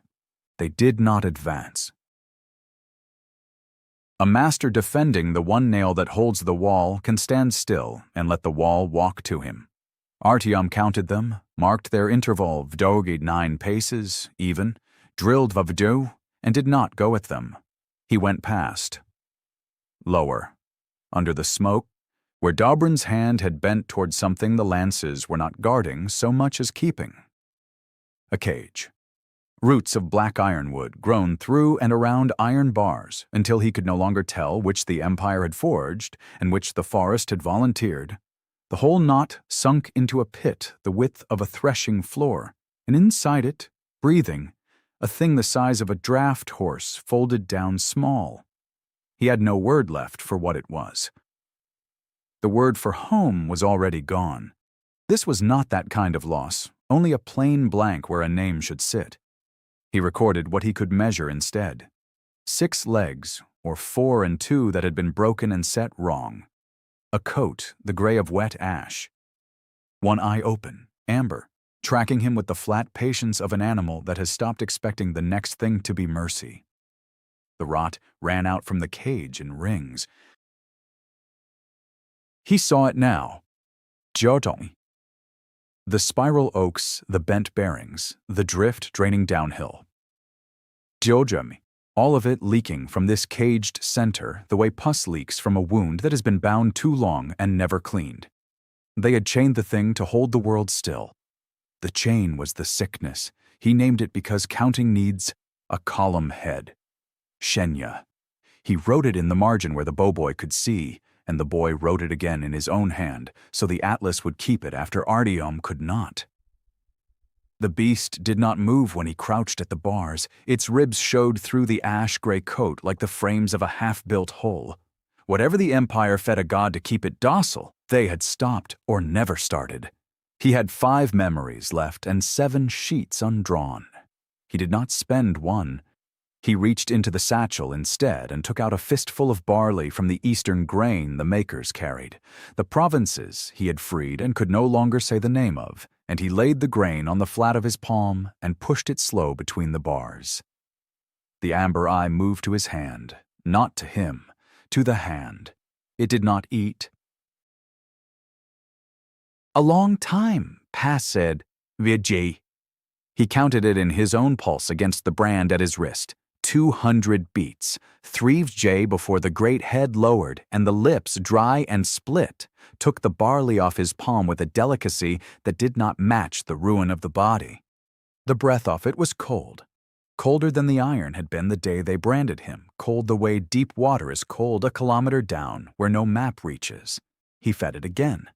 Behind him, Veska called the half-hour of DJ, 73 of DJ, and the number held, and Korv's shield line held, and the 8 lances stood in their even ring and let him. That was the part he could not enter in any column. They were watching him feed it, and they were not stopping him. He set a 3rd fistful on his palm and held still while the cold breath found it. The wedge had come here to make a last stand on the world's broken nail. So why would Iskan, who scraped villages off charts to deny a fleet its harbors, stand by and watch a thing that wears a number put food into the mouth of the very wound they had crossed a country to guard? The voice came from behind the 8 lances, dry as chalk dragged on slate. Keep feeding her, it said. A god eats slower when it has learned to fear the hand. He set the 4th fistful before he stood. Then he counted the man who walked out from between 2 grounded lances, old, unarmored, a satchel at the hip, cut to the same pattern as his own.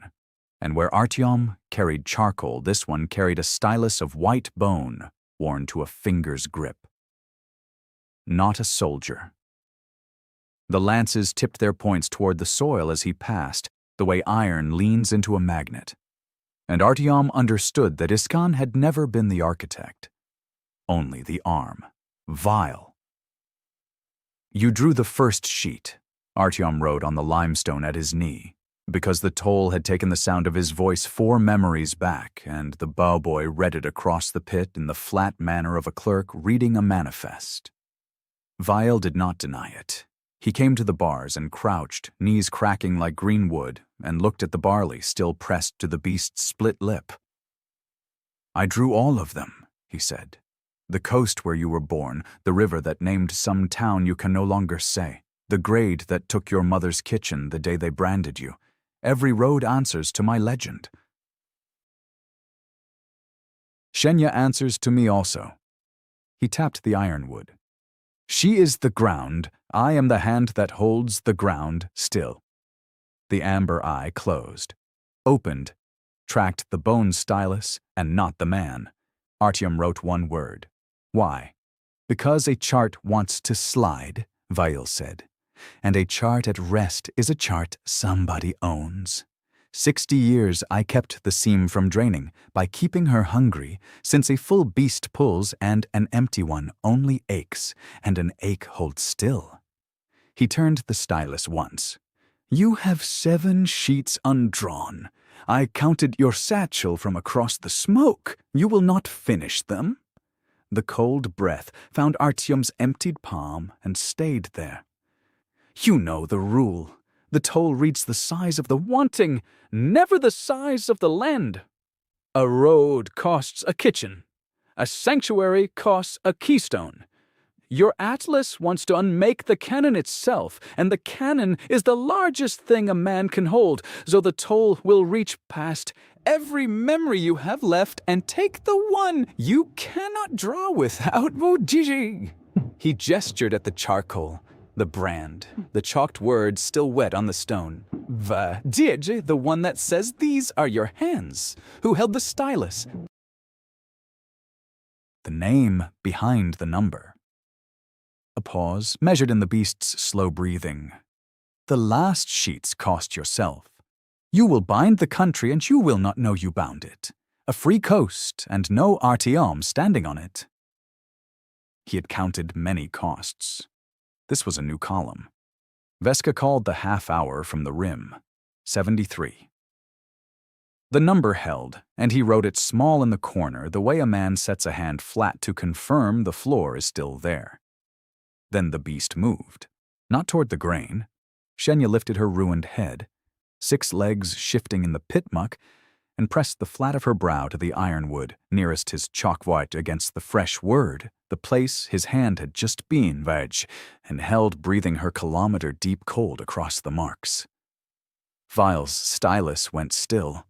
Something moved in the old man's face that Artyom recorded without grasping, a tightening at the mouth, the look of a surveyor who finds his own benchmark shifted overnight. He read it then. He read it the way Dobrin read a seam, by the bend of everything draining toward it. She did not lean toward what fed her. She leaned toward the hand that had stopped expecting anything back, toward writing made by a man already half scraped away, toward the one creature in 60 years who had reached between the bars, wanting nothing the toll could price. The chain was the sickness. Vail had named the hunger wrong. She had not been starved of barley. She had been starved of a single hand arriving without a leash, and the rot leaking uphill through the spiral oaks was not the beast straining against the iron Vadic. It was the beast straining toward anyone who would stand at the bars and refuse to own her. The curse drained downhill to one low stone, and the low stone was this. The world rotted because the thing that held it had never once been touched as itself. He looked at the brand on his wrist, then at the charcoal, then at the amber eye.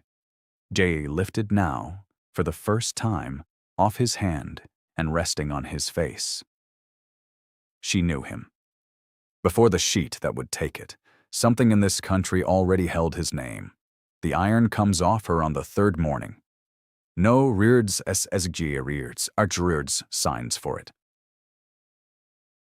He files the ironwood pin with the edge of the bone stylus. Slow, a quarter turn and a pause. A quarter turn and a pause, the way a man worries a survey stake loose from frost-locked clay. And when the pin drops into the muck without sound, Shenya does not bolt. She folds her 6 legs, joint over joint, and lowers the draft horse weight of her skull to the wet stone beside his knee, breathing her kilometer-deep cold across the limestone where the chalk is drying to a pale crust. The seam stops draining downhill. He marks it, a tick, a depth, the hour.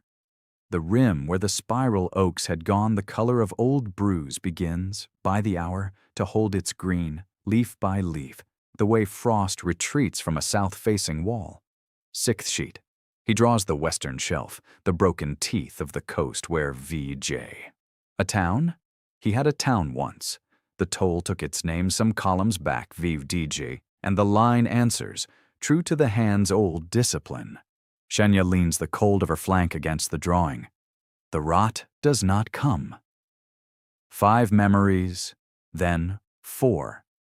The 7th sheet costs him the morning he learned to read a contour, Wudiji. The close stacked rings on the page resolving, all at once, into the slope of a true hill.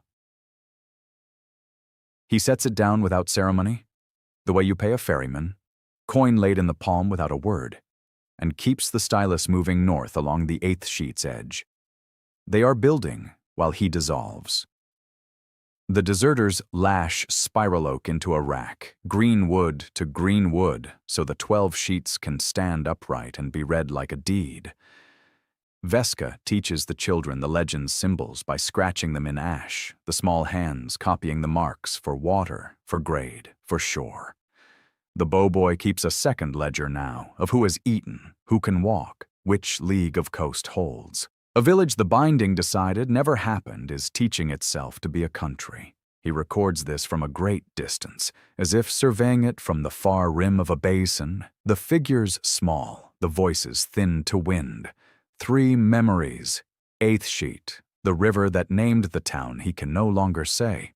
He draws it anyway, Shiujgundabend, the ford, the fall of Diujigis, because the legend remembers what the man does not. Because the line knows where it goes even when the hand that pulls it has stopped knowing whose hand it is. He feeds her from the cloth. The scraps go from a palm he looks at now, the way he looks at any tool left out in the rain, sojudid, useful, unfamiliar, not obviously his. There is a brand on the wrist above it, raised white, healed long ago. Someone was numbered. The amber eye tracks the bone point across the stone, patient, and then lifts every time to the face above the hand and holds there as if waiting for the face to recall it owns the hand at all. 2 memories, 9th sheet, then the 10th. The salt flats, the grade. A kitchen, WDJ. Someone's mother stood in it. The color of the walls is gone. The smell is gone. The woman is gone. The fact that the loss belongs to him is going. He draws the flats still, the pan of them, and the white crust drying at the edges. Korv's name slides off the morning like water off oilcloth. He keeps the line true. Dobrin sets a palm to the finished stone and says the seam runs clean to open water. The blind man weeps, the sound of it small in the cold. The cartographer records the weeping the way he records a benchmark, noted, located, unexplained. 1 memory. The hand keeps drawing. He has stopped asking it to.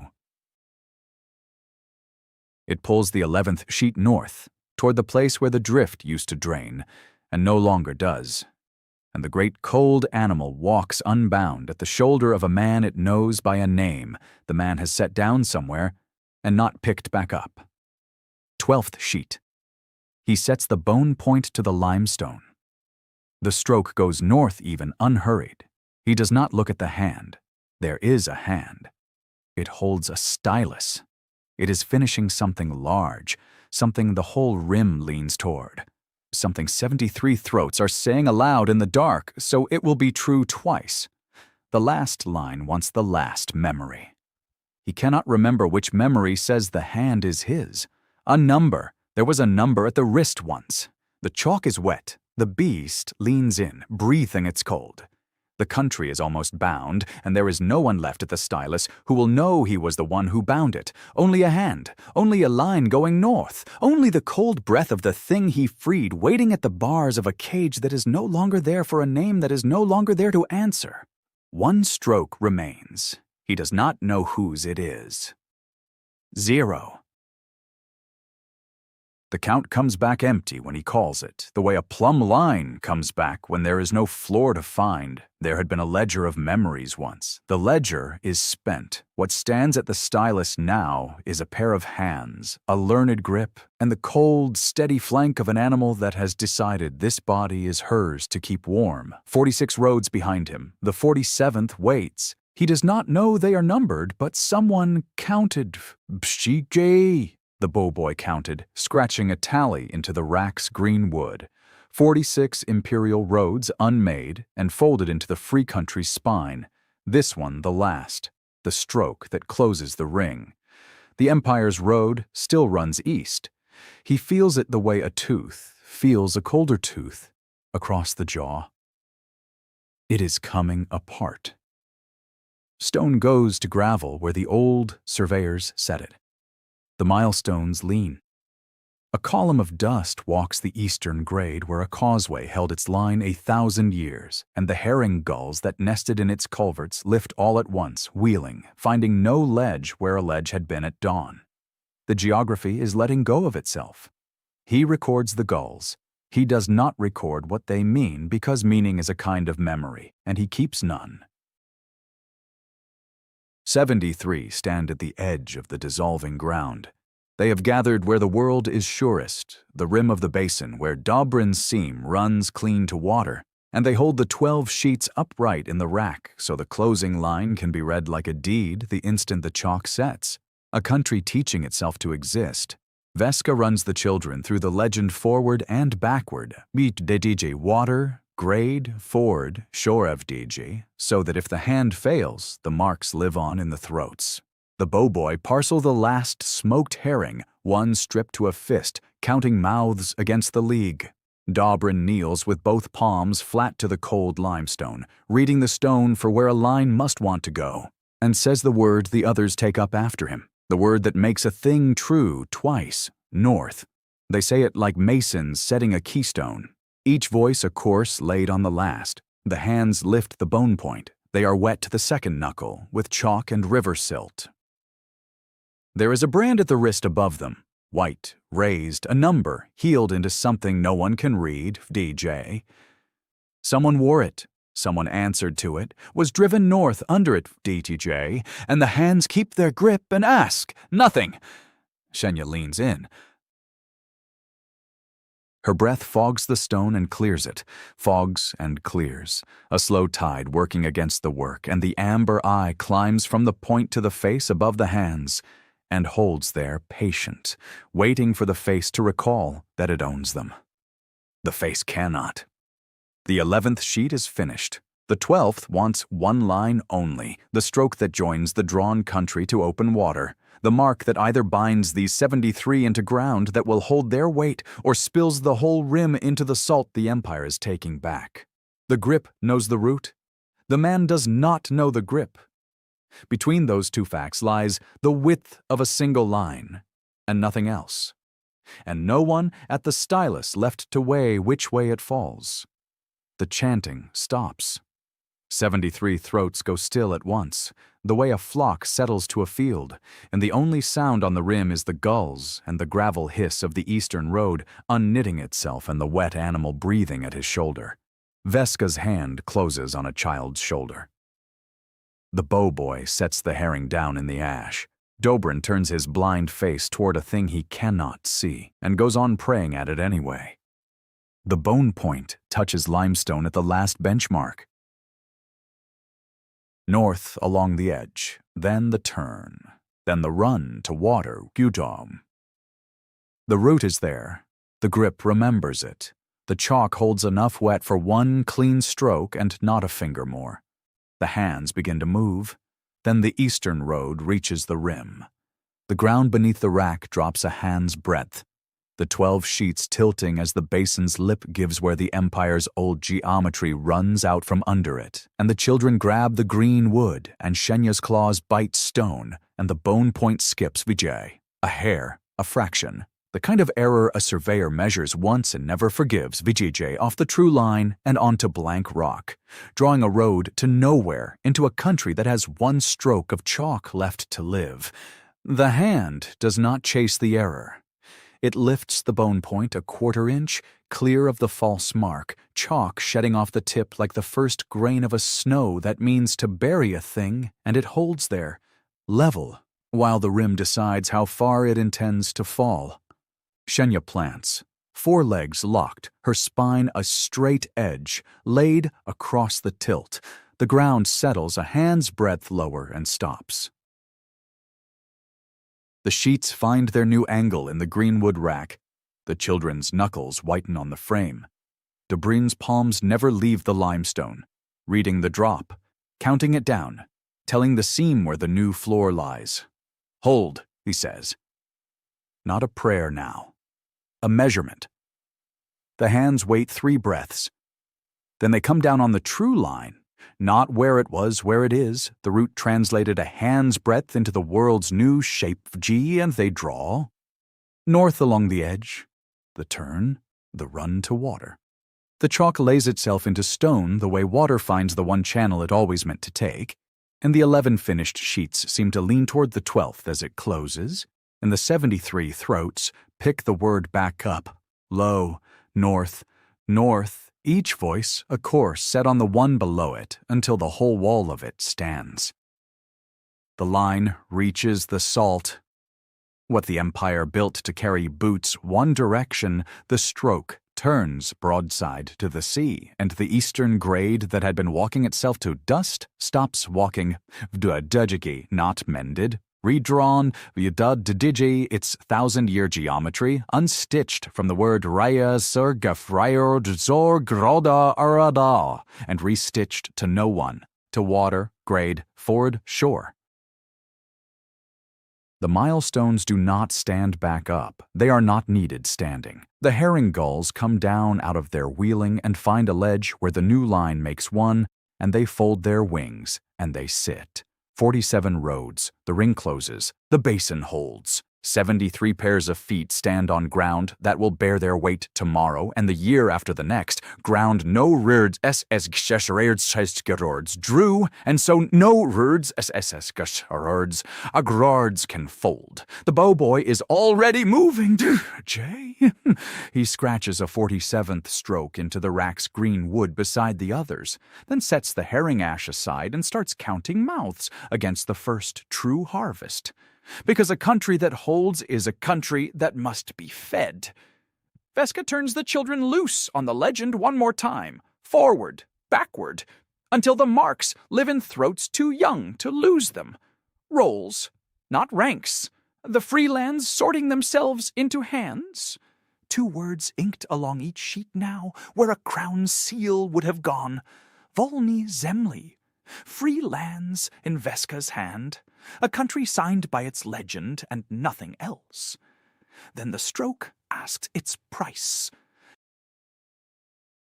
He feels it the way he has felt the others, a door closing somewhere behind the eyes.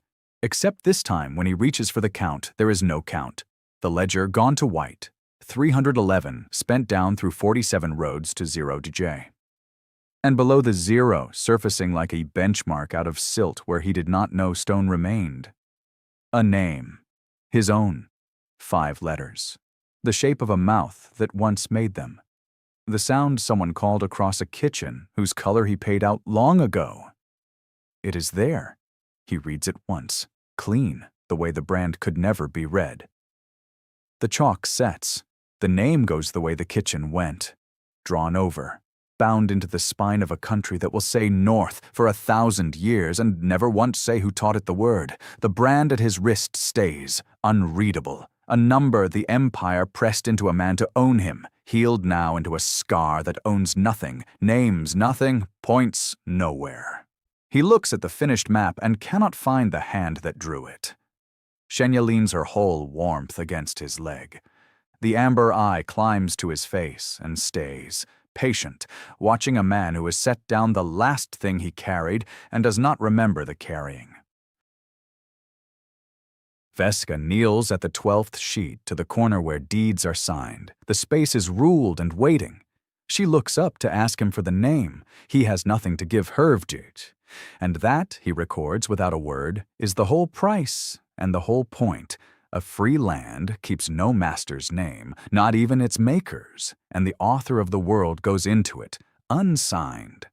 Veska stands without the name.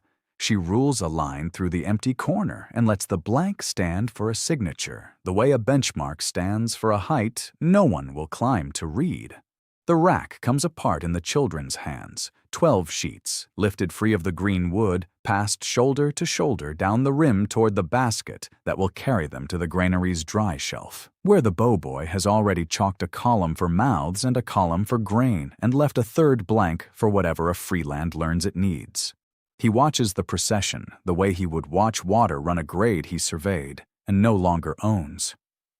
Behind him the road goes east, unguarded. No toll.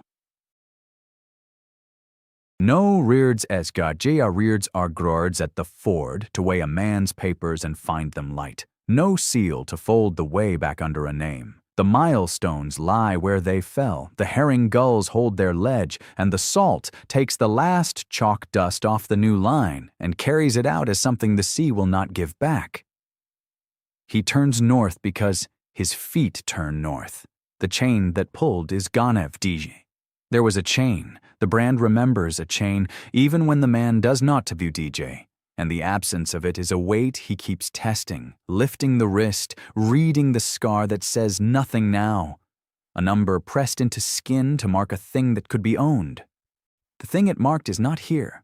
What stands in its place is a man with a bone point in his fist, and no master in any direction he can walk, and the walking is the whole of what he has, and it is enough to fill a morning.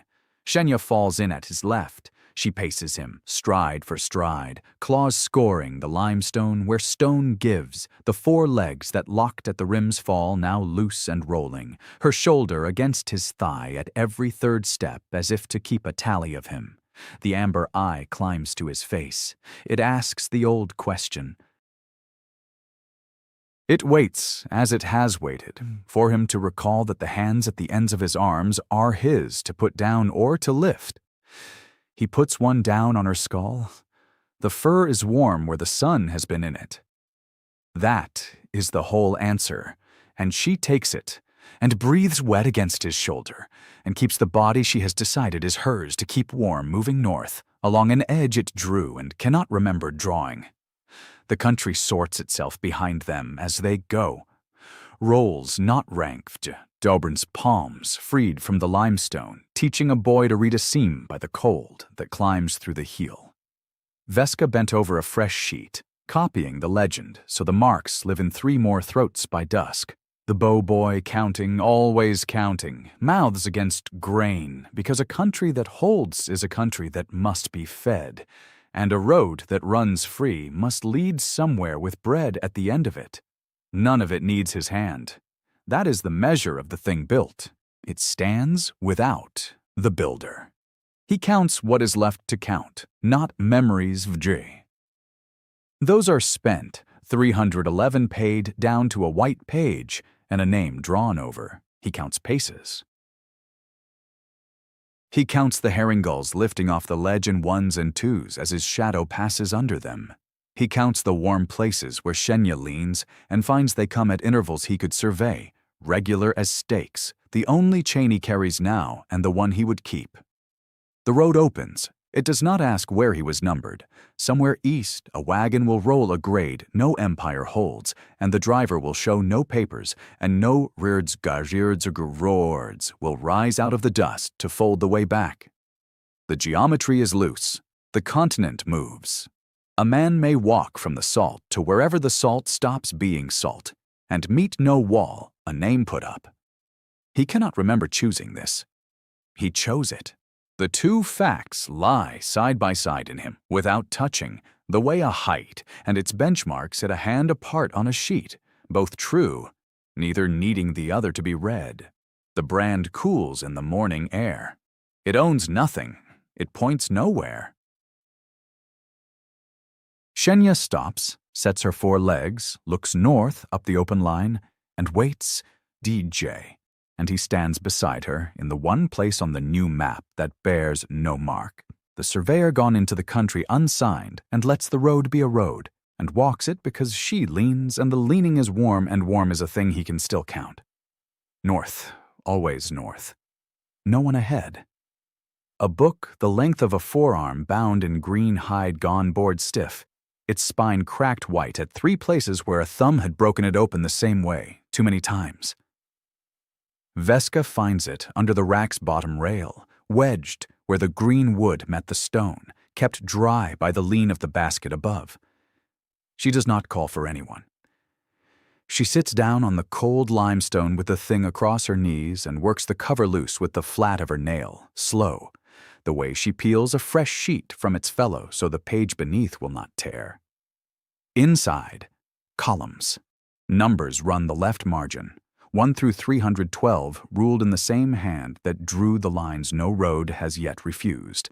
Beside each number, a word, or 2 words, or a phrase, pinched small to fit the gutter, and at the head of the page, where a name would sit, nothing. The corner is blank, blank answering blank across the whole of the work. She reads the first line, 1, West grade, a kitchen, color unknown. Her mouth moves on it. She reads it again aloud this time because the marks must live in a throat in case the hand fails, and the hand that made these is gone north and will not be coming back to say them. The limestone takes her voice flat. A herring gull answers from the ledge, then doesn't. 2, the smell of rain coming. Sold for the ford at the second sheet. 3, a face, whose face is not written. She reads them in order, the way she drills the children. Va, DJ, water, grade, ford, shoreve, DJ, forward, and never skipping, because order is the only mercy a ledger offers. The entries shorten as the numbers climb. Early on, he had words to spare. By the 80s, the hand presses harder. The letters lean, a man spending faster than he can name what he spends. 89, a song with the verses gone. 140, the weight of a child carried asleep, paid for the Eastern restitching master to legend. Her finger tracks the column down.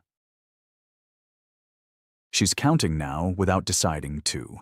The surveyor's habit she caught from him, without knowing she caught it, and the count is its own kind of grief, exact, refusing comfort, the only thing the collapse of him could not reach. The children come because she has gone quiet. And quiet from Veska is a thing they have learned to read like cold climbing through a heel. The bowboy folds down at her shoulder.